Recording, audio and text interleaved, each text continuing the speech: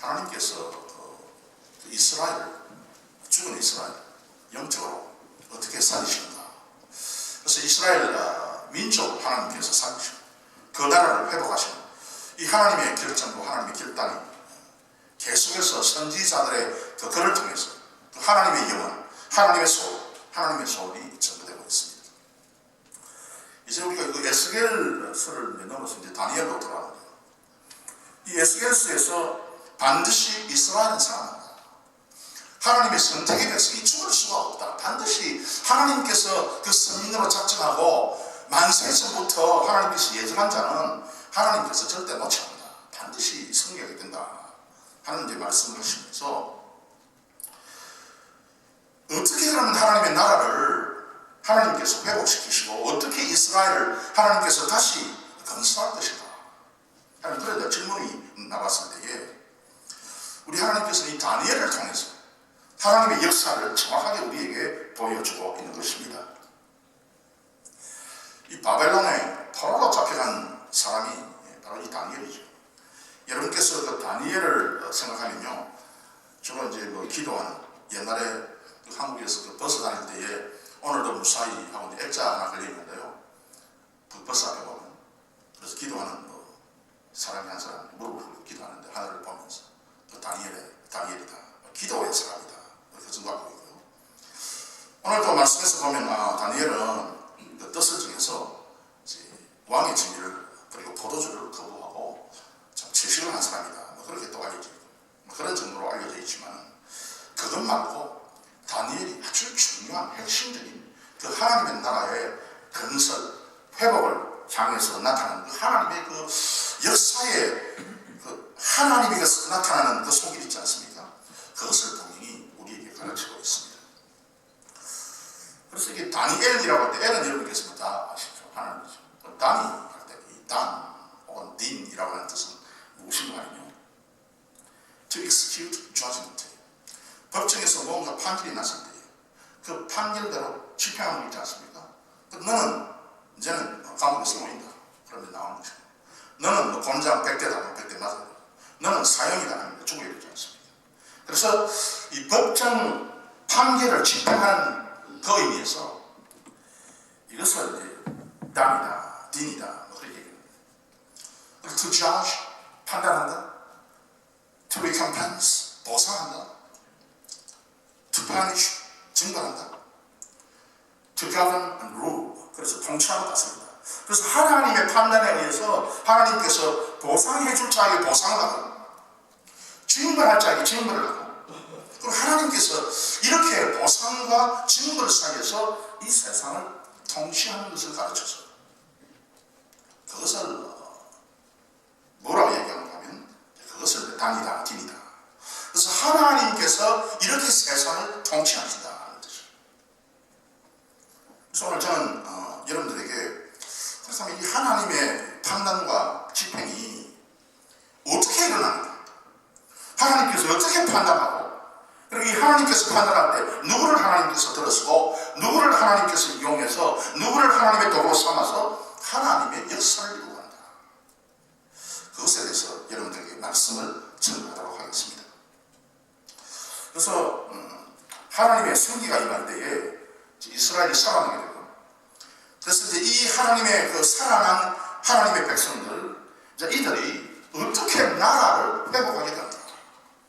어떻게 바벨론으로 아수르로 이렇게 만신창이가 된 이 나라를 어떻게 영이 들어가서 이제 산다 그랬는데, 어떻게 이제 이 하나님께서 이 영을 살려서 하나님의 그 판단과 집행이 일어나도록 하는 것인가 하는 것에 대한 말씀을 드리도록 하겠습니다. 첫 번째, 이 하나님의 판단과 집행이 어떻게 일어나는 것인가, 사전 말씀에 이렇게 말씀하고 있습니다. 곧 흠이 없고, 육신적으로 흠이 없다는 말씀입니다. 아름다우며 모든 재주를 통달하며 지식에 구비하며 학문에 익숙하여 왕궁에 모실 만한 소년을 데려오게 하였고, 이 느부갓네살 왕 예루살렘을 점령하고 유다를 다 함락한 뒤에, 다 이렇게 유다를 완전히 이제 장악한 뒤에 유다의 소년 가운데 좀 총명한 아이들을 선택을 해서 장차 우리 바벨론 제국을 내가 다스리는 데 도움이 되게 해야 되겠다 하는 그런 생각을 가지게 되었죠. 이 바벨론 제국은요, 대단한 그런 문명이 있었던 나라입니다. 수학이 아주 고도로 발달했다고 했습니다. 그래서 피타고라스가 이 바벨론 수학에 기초해서 자기의 그 피타고라스 정리를 만들어냈다, 그렇게 지금 이야기하고 있습니다. 탈레스가, 히랍 철학자 탈레스가 이 바벨론에 와가지고 공부를 하고 이 헬라 철학의 기초를 쌓았다, 그런 이야기가 있습니다. 또 알렉산더 대왕이 BC 331년에 이 바벨론을 정복하고 나서, 이제 좀 뒤의 일이죠. 바벨론을 정복하고 나서 절대로 건물이 파괴되지 않도록 명을 내렸다는 겁니다. 그래서 그 건물들을 다 고스란히 보존을 시켜라. 저 건물들을 지은 기술이 너무 이렇게 우월하기 때문에, 탁월하기 때문에 건물 하나도 흠떨어지지 말고 그대로 보존해라. 그 다음에 이 바벨론의 그 유명한 것이 점성술입니다. 별을 보고서 나라의 운세를 알아내고자 했던 것이죠. 그런데 이 느부갓네살이 유다를 점령하기 전에 공부를 많이 했을 것 아닙니까? 그냥 뭐 쳐들어 가서 정복한 줄 아니잖아요. 우리가 유다를, 그리고 우리가 이스라엘을 정복하면 우리가 무엇을 할 것이냐? 뭐 그것에서 뭐 쌀을 가져올 것이냐, 아니면 뭐 철왕석을 가져올 것이냐, 아니면 노예를 우리가 데리고 올 것이냐, 무엇을 할 것이냐 하는 그런 어떤 이 계획 가운데 하나가 뭔가 하면, 저 나라를 보니까 솔로몬 시대에 다윗 시대에 엄청 발전을 많이 했는데 그 이유가 무엇일까? 저 나라가 아주 조그만 나라이지만 그럼에도 불구하고 당당하게 하나님을 믿는다 그러고 하나님의 살아계심을 믿는다고 저렇게 큰 소리를 치는 나라인데 도대체 저게 무엇일 것인가 알기를 원했던 것이죠. 그래서 이 느부갓네살 왕이 왕궁에서 모셔 세울 사람, 그 소년을 이제 뽑는데 어떤 사람이 뽑히는가 하면은 흠이 없고 아름답고 모든 재주에 통달하고 지식이 구비되고 학문에 익숙한 사람이다. 학문에 익숙하다. 이 학문에 익숙하다는 것이 무슨 말일까요? 공부를 뭐 단지 잘한다, 이렇게 우리가 볼 수 있는데, 학문에 익숙하다는 말은 무슨 말인가? 다니엘 9장 2절에 이런 말씀이 있습니다. 곧 그 통치 원년에 나 다니엘이 서책으로 말미암아 여호와의 말씀이 선지자 예레미야에게 임하여 고하신 그 연수를 깨달으니. 그래서 이게 무슨 말인가? 즉 학문에 익숙하다는 것은 서책에 통달했다. 서책은 무슨 말이냐? 서책은 뭔가 하면 하나님의 말씀이에요. 하나님의 말씀에 통달한 그 사람을 데리고 와라. 도대체 하나님의 말씀이라고 하는데 무엇이 있는가? 나 느부갓네살이 좀 알아보길 바란다. 그래서 이 말씀, 이 두루마리 책, 뭐 당시에는 이런 책이 아니고요, 다 뭐 양피지에 기록되어 두루마리로 되어 있었죠. 그래서 사실 이 성경 말씀 자체가 양피지에 기록이 되어 있기 때문에 아주 방대했습니다. 이 서책, 이 양피지로 만든 이 책, 전 뭔가 하면 유대 백성들이 이 책을 아주 귀하게 여기고 이 책에 대해서 많이 강조하는데 도무지 그 안에 무엇이 들어가 있는지 이 서책에 통달한 그런 소녀들을 데리고 와라. 여러분, 하나님께서 어떤 나라를 세우고자 하실 때 가장 중심에 두는 것이 그래서 뭔가 하면 이 서책의 원리인데요. 느부갓네살이 알기를 바랐던 것이 도대체 그 서책, 당시 유대인들이 하나님의 말씀이라 그러고 모세의 율법이라 그러고 선지자의 글이라 그러고 시편이라 그러고 도대체 그 안에 무엇이 들어가 있느냐? 무엇이? 여러분, 하나님께서는 이 다니엘에게 그 영적으로 영향을 끼치시고 다니엘 다니엘이 이제는 하나님의 성령의 사람으로 이렇게 세움을 받게 됩니다. 그런 사람이 어떤 사람이냐? 도무지 이 다니엘, 하나님께서 창조부터 마지막 날까지 어떻게 세상을 움직이고 다스리는가? 다니엘, 하나님께서 판단하고 하나님께서 판결하고 하나님께서 올릴 자를 올리고 하나님께서 내릴 자를 내리는 이 하나님의 통치의 원리와 방식이 서책의 교육. 그래서 서책에 통달한 소년을 데리고 오는데 그 소년 가운데 한 사람이 바로 다니엘이었다. 성경을 보면 또 이게 다니엘 말고요, 다른 소년들도 붙잡혀 갔습니다. 예레미야 29장 3절 말씀에 보면 유다왕 시드기야가 바벨론으로 보내요. 바벨론 왕 느부갓네살에게로 가게 한 사반의 아들 엘라사가 힐기야의 아들 드마랴의 손에 위탁하였더라. 예를 들면 그것은 이런 어떤 왕조, 아주 제사장의 높은 계급, 이런 어떤 소년들도 거기에 끌려가는데, 그런데 하필이면 이런 소년들이 예를 들어서 예를 들어서 엘라사나 그리고 드마랴 이런 어떤 소년들의 이름은 처음 들었죠.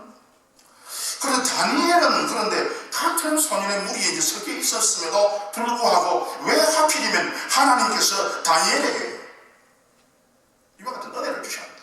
그 이유는 뭔가 하면은 이 다니엘이요, 서책에 통달한 사람. 저는 뭔가 하면 창세기부터 그 당시에 기록된 그 성경의 모든 흐름들을 완전히 그 간파하는, 도무지 이 하나님의 말씀에 그 서책의 원리가 어떻게 되는가 그것을 분명히 깨달아는 그런 사람이었다. 그 사람을 뽑아라. 그러면서 얼마나 대접을 많이 했는가 하면 왕에 먹는 진미와 포도주를 트덕해 줘. 최상급의 대우 아닙니까? 왜? 그만큼 이 바벨론 나라가 존재하는데 필요한 것이 도대체 저 여호와라고 하는 그 하나님께서 어떻게 세상을 통치하는가, 그 원리가 뭔가 너무 알고 싶어요. 서책의 원리가 뭔가. 서책을 다니엘이 통달했을 때에 무슨 그 뜻이, 어떤 말씀이 거기 있는 것인가. 첫 번째 원리가 뭔가 하면, 인간은 하나님과의 관계가 없으면요 반드시 불행하게 되어 있다. 이 사람이 하나님에 의해서 지어졌는데요, 즉 사람이 하나님과의 교제하는 이 교제가 없으면, 영적인 촉매가 열려서 하나님과 더불어서 성령을 통해서 하나님과 교제하는 그 교제가 없으면 사람은 반드시 불행해진다 하는 것이 첫 번째 원리. 그래서 이 교제, 하나님과의 교류, 교통, 어떤 사람은 텔레파시 이야기도 하지만요, 이런 하나님과의 교통의 관계가 형성되지 못한 사람은 이 세상에 어떤 많은 것이 있어도 결국은 불행해진다 하는 것이 첫 번째. 두 번째, 인간은 전적으로 타락했다. 그래서 인간이 전적으로 타락했기 때문에 스스로 무슨 행복을 찾아갈 수 있다, 구원에 이룰 수 있다, 그건 말이 안 되는 이야기다. 세 번째, 이런 전적으로 타락한 인간이 구성한 세상 나라는 결국 파괴되고 만다. 저 이걸 바벨론 나라에 대입시키면 바벨론은 장차 어떻게 되는가 하면 결국 나중에 파괴되고 만다는 거예요. 이걸 이제 느부갓네살이 알아야 되는데, 다니엘은 이 하나님의 통치의 원리와 방법을 다 알고 있잖아요. 하나님께서 세상을 통치하신다. 또 왕이 보십니다. 사람의 손으로 하지 아니하고 떠인 돌이 신상의 철과 진흙에 발을 쳐서 부숴뜨리네. 즉 뭔가 하면 이 바벨론 이 나라는 반드시 이게 사라진다. 된다는 거예요. 그래서 뭐 제국의 흥망성쇠가 있지 않습니까? 근데 이 제국은 어떤 사람은 뭐 군사력이 약해서, 뭐 경제력이 약해서 제국들이 융숭한 시간을 지나다가 결국 파괴된다, 없어진다, 뭐 그런 이야기를 하는 사람들이 많이 있죠. 더 본질적인 문제는 그 제국을 형성하고 구성한 사람들, 특별히 그 위에 있는 정치가들이 하나님과의 관계가 닫혀 있으면요, 결국 타락한 인간의 본성이 나게 되고, 이 타락한 인간의 본성이라는 건 한마디로 말하면 뭔가 하면 욕심이라는 거예요. 그래서 욕심이 잉태한 적 죄를 낳고 죄가 장성한 적 사망한다. 그래서 죽을 수밖에 없다는 거예요. 그 다음에 그 서책의 네 번째 그 원리가 뭔가요? 하나님이 이제 통치에 관한 것이 쭉 기록이 되는데, 세상 나라는 반드시 서로 경쟁하다, 반드시 싸우게 된다. 이거는 뭐 성경에 이게 나와 있어. 성경에.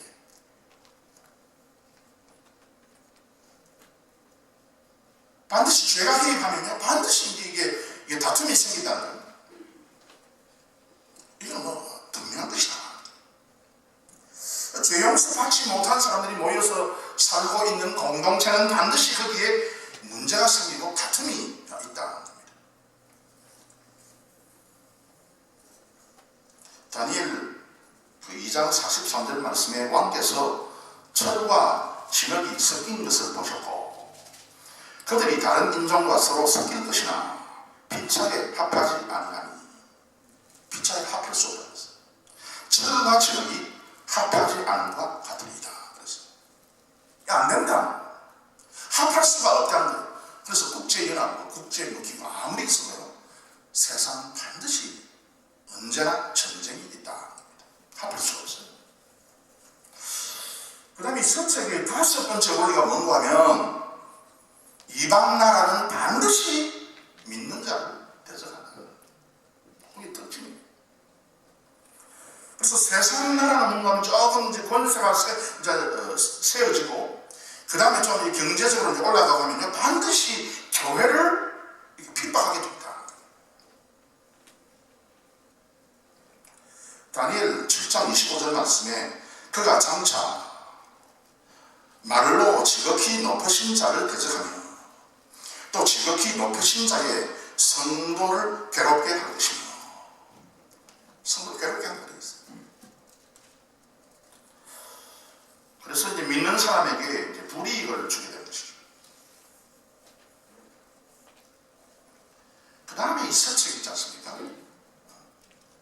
하나님께서 통치의 방법을 쭉 기록을 해놨는데, 여섯 번째가 뭔가 하면 그리스도의 나라가 반드시 세워진다.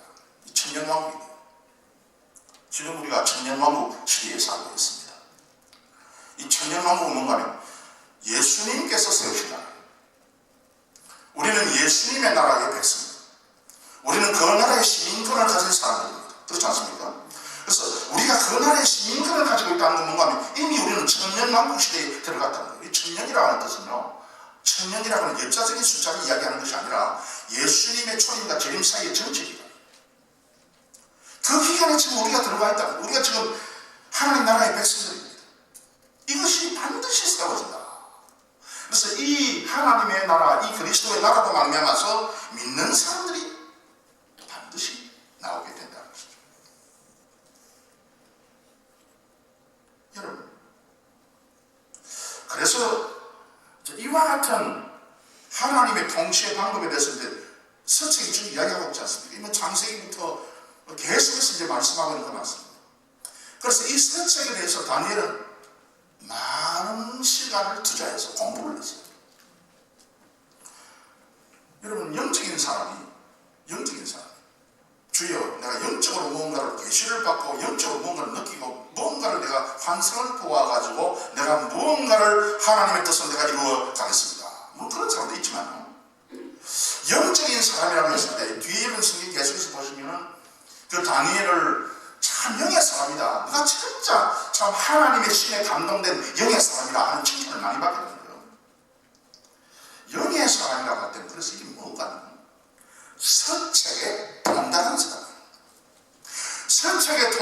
않고 여기에 살아야 된다. 이거는 말이 안 된다.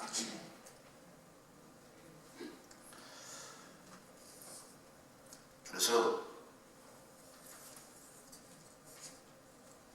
여러분께서 오늘도 참 믿음의 길을 걸어가고 있습니다. 적어도 그 하루에 1시간 정도 이 서책에 시간 투자를 합니다. 서책에 하루에 1시간 정도 시간을 투자하는 것 없이 내가 세상에서 흘러가는 흐름을 쫓아가겠다. 이게 안 된다. 그래서 어떤 나라는 딱 보면 저 나라는 서책의 원리에 의하면 저 나라는 망할 것이다. 우리가 알잖아요.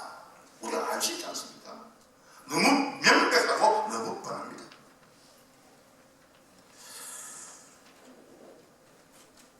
믿음이 없는 그런 위선자들, 백성들이 있는 나라는 어떤 것인가? 너무 뻔하지 않습니까? 그 나라 잘 돼도 뻔하지 않습니까? 빈부의 격차가 심하게 벌어질 것이고 내란이 일어날 가능성이 많고요. 불로소득자가 많고요. 복지는 원하지만 세금은 원치 않는 그런 사람들이 많아지게 됩니다. 그런 어떤 모습을 우리가 다 보지 않습니까? 그러니까 옆나라가 쳐들어와도요. 서로 물듣기 때문에 나라를 지킬 생각을 못하는 겁니다. 그래서 힘없이 주저앉죠. 그런 나라들 우리 보지 않습니까? 그래서 기독교 나라는 그렇지 않습니다. 기독교 나라는요, 이게 말씀대로 이게 잘 통치되고 있어요. 기독교 나라는 망하는 법이 없어요. 왜냐하면 우리가 복지를 우리 앞에 우리 마을에 도로를 하나 놓자 그러면요, 사람들이 다 자기의 몫을 알아서 그 도로를 만드는데 다 모든 사람이 다 동참을 합니다. 그 다음에 공짜로 내가 무임승차자 이런 사람이 없잖아요. 다 양심이 다르잖아요.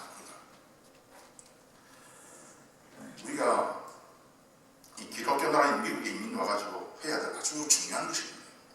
이건 뭔가 하면 내가 그냥 무임승차해보자 하는 이런 생각을 가지시면 안 됩니다. 이건 완전히 이방인의 생각이죠. 저도 우리의 몫을 하자. 내가 복지를 미국에서부터 내가 보장받는 한 나는 또 열심히 또 미국을 위해서 뭔가를 해야겠다 하는 그런 어떤 생각을 우리가 분명히 투철하게 가져야 됩니다. 이것 없으면요, 이런 사람이 점점 많아집니다. 저는 이 미국에 그래도 내가 보답하겠다는 생각이 있는 사람이 많아져야 되는데 이런 사람이 계속 이런 생각이 없는 사람이 계속해서 이민을 많이 오게 되면요, 반드시 미국은 무너지게 돼 있어요.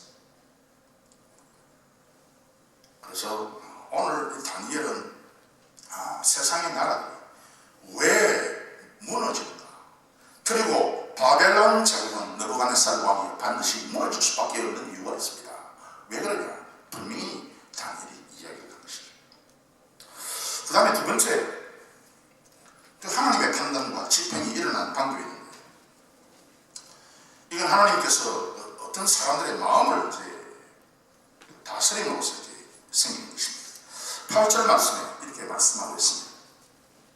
다니엘은 뜻을 정하여 왕의 진리와 그 마시는 포도주로 자기를 더럽히지 아니하리라 하고 자기를 더럽히지 않게 하기를 관관장에게 구하니. 다니엘이 뜻을 정했다. 이 뜻은 본래 말하던 성경 보면 레이브라고 있어요. 레이브를 정했다. 즉 마음이라고 그러죠. 뜻이라고 하는 번역보다는 마음이라고 번역하는 것이 더 좋습니다. 마음을 정했다. 그래서 마음이 뭐냐? 이 레이브가 뭐냐? To be empty다. 텅 빈 곳이다. To be vacuum입니다. 완전히 텅 빈 공간이다. 무언가를 빨아들여야 되는 그런 공간이다. 마음이 그런 것이다. 즉 마음이 비어있다는 것이죠. 그래서 이 마음의 원리가 있는데, 마음은 처음부터 절대로 정해진 것이 아니다. 여러분 잘 들으시기 바랍니다. 마음은 처음에 다 이게 비어있는 것이다. 그래서 그 마음 속에 무엇을 집어넣는가에 따라서 마음이 정해진다. 그리고 또 정해진 마음이라 할지라도 변화되기가 너무 쉽다. 이게 마음이에요, 여러분.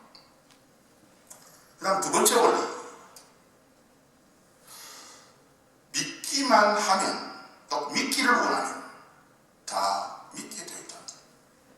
중요한 원리인데요. 이래서 마음은 내가 무엇을 집어넣느냐 하는 것에 따라서 마음이 달라지기 때문에 내가 믿기를 원하면 반드시 내가 믿게 된다.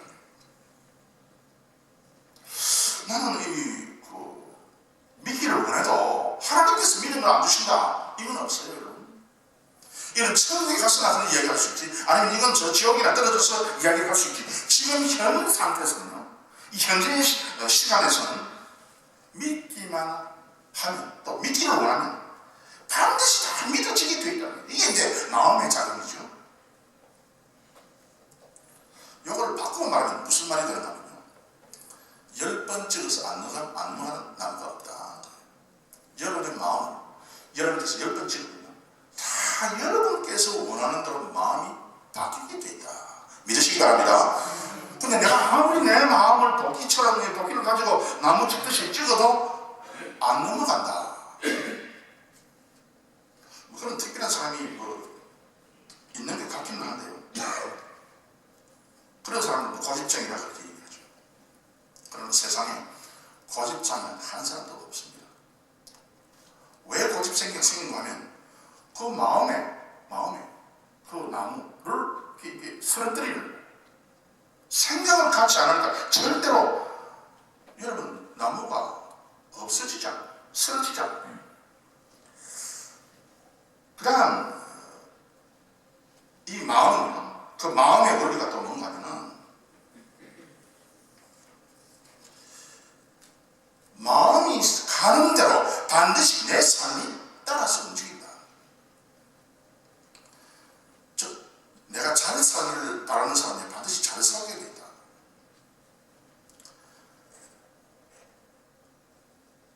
내 마음이 나는 창고 같은 인생을, 고물 창고 같은 인생을 원한다. 그러면 반드시 그 사람의 집에 가면 고물이 가득 차 있어요. 우리 집은 깨끗하고 단정하고 단아하고 정리가 깔끔한 그런 집이 되기를 원한다. 그 마음이 있으면요, 그 집에 가면 고고하게 돼 있어요. 그 집에 가면. 신방 가보면 여러분 다 잘 압니다. 여러분. 신방 가보면 그 사람이 그 집에서 어떻게 살았냐, 구질구질하게 살았냐, 아니면 깨끗하게 정리하고 살았냐, 알 수 있잖아요. 그럼 이 사람의, 이 주인의 마음은 참 깨끗한데, 참 정갈하고 단아한데, 근데 이 집은 이렇구나. 전혀 그런 건 없습니다, 여러분. 자기의 그 마음의 생각에 따라서 그 집이 그렇게 지금 되어 있는 거예요. 저 사람은 마음은 참 잘 믿기를 바라는데 왜 저 사람 저렇게 믿음이 없을까? 그런 사람이요, 한 사람도 없어요. 저 사람이 마음속에서 주님을 거부하고 마음속에서 믿음을 거부하기 때문에 지금 믿음이 없는 사람으로 되어 있는 거예요, 여러분. 그래서 마음이 가는 대로 삶이 따라가고 있어요. 하나님 나에게 이 풍성한 영적인 축복을 허락해 주시고 세상적으로도 주여 풍족하게 하여 주옵소서. 내 마음이 그것을 원합니다. 그쪽으로 가는 거예요. 이 마음의 작용이에요.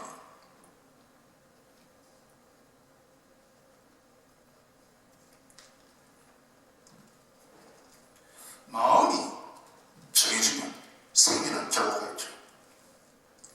다니엘이 그 마음을 정했어요. 왕의 진미와 마시는 포도주를 이제는 나는 먹지 않겠다, 마시지 않겠다. 이렇게 마음이 정해지는 그 사람의, 마음을 정한 그 사람의 그 삶 가운데서 나타나는 요소가 있습니다. 그것이 뭐냐? 시편 108편 1절과 2절에 이렇게 지금 말씀하고 있습니다. 하나님이 내 마음을 정하였사오니 내가 노래하며 내 심령으로 찬양하리로다. 비파야 수고와 깰죄라 내가 새벽을 깨우리로다. 우리가 잘 아는 말씀 시편 57편 7절에 하나님이 내 마음이 확정되고 내 마음이 확정되었사오니 내가 노래하고 내가 찬송하리이다. 이 마음이 정해지는, 그래서 이게 무엇이 어떤 현상이 벌어지는가 하면 노래하고 찬송한다 그랬어요. 이 노래가 자마르의 노래는 뭔가 하면 이 찬송의 소리를 바라는 그 노래는 노래인데 이 자마르는 뭔가 하면 이 노래는 트카트, 트푸른, 트카 자르겠죠? 자르다, 트푸른, 가지치기 한다. 마음이 정해지면 가지치기가 가능해진다. 마음이 정해지지 않으면 가지치기가 불가능합니다. 저는 뭔가 내 마음속에 있는 이 악의 가지를 잡아내야 되지 않습니까? 제가 오래전에 스위스에 있을 때에 아주 호화로운 그런 어떤 제가 집에서 살았는데, 저 집이 호화롭다는 것이 아니고 그 호화로운 집에 사는 그 주인 장모님의 호의로 말미암아서 우리가 아주 이게 참 이게 너무 이게 참 귀한 집에 너무 이제 싸게 그렇게 월세를 주고 살았는데, 저 한 번씩 시간 있으면 잔디를 제가 깎아줬어요. 그런데 그 주인 장모님이 저희 가는 그 주인 장모님 이름부터 역시 다니엘이에요. 그 다니엘 장모님이 제게 무슨 말씀을 하는 거냐면, 지금 스위스가 지금 공해 물질을 더 이상 배출하지 않냐고, 오르게닉 찾고 사람들이 아주 좋은 음식 찾고 그러는데, 왜 그러냐? 너무 우리가 공해 물질을 많이 배출하기 때문에 이 지구가 몸살을 앓고 그래서 이거 안 된다. 지구가 새로워져야 되기 때문에 공해 물질을 배출 안 하는 것이 좋다. 그런 식으로 이제 벌써 한 30년 전에 이제 스위스 사람들이 그렇게 생각을 하고 운동을 펴왔는데, 자기 생각은 전혀 안 그렇다는 거예요. 그걸 뭐냐? 그러니까 이 잡초는 이게 무슨 잡초약을 주는 것도 아니고 비료를 주는 것도 아니고 물을 갖다 붓는 것도 아니고, 이 잡초는 가만히 두어도 너무너무 잘 자란다는 거예요. 잡초. 그래서 이 잡초를 빼내기 위해서 사람들이 노력을 하는 것이지, 이 잡초는 가만히 내버려둬도 너무 잘 자라는 것이기 때문에 주보고요, 절대 이 세상이 공해로 말미암아서 문제가 생기는 그런 문제는 아니다. 그런 얘기를 했어요. 저는 그 생각에 동의가 참 많이 됐습니다.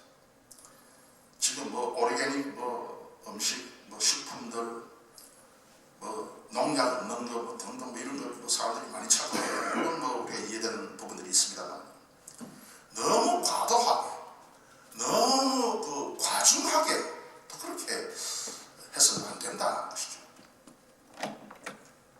그런데 우리 마음속에는 잡초 있지 않습니까? 잡초는요, 비료를 안 주어도 자동적으로 내 마음속에서 자라는 것이기 때문에 이 노래를 해가지고 이걸 잘라내야 된다. 불현해야 된다. 그렇지 않으면 이 잡초의 밭이 되어가지고 마음에 전혀 하나님의 말씀이 닿지 못하는 상태가 되어버린다. 그래서 마음을 정하라. 마음을 정하면 노래하게 되고, 노래하게 되면은 이게 나중에 잡초를 우리가 없앨 수 있다는 것이죠. 하나님이 내 마음을 정하였사오니 내가 노래하며, 노래하면서 내가 잡초를 없앱니다. 내가 악의 가지를 내가 쳐냅니다. 내 심령으로 찬양하리로다. 이 찬양, 찬송은 뭔가 하면 지금 시편 108편 1절 말씀에 이 찬양은 쉬라고 되어 있어요. 그래서 찬양, 찬송이 여러 가지 뜻이 있는데, 이 쉬는 뭔가 하면 to look forward, 앞을 내다보고, to lie in wait, 가만히 앉아서 기다리는 거예요. to observe, 관찰하는 거예요. 도대체 하나님의 말씀이 어떻게 이루어지는지, 하나님의 구원의 역사가 어떻게 흘러가는지 내가 기다립니다. 앞을 쳐다본다. 그래서 이제 마음이 정해진 사람은요, 어떤 모습이 있는가 하면, 그는 흉한 소식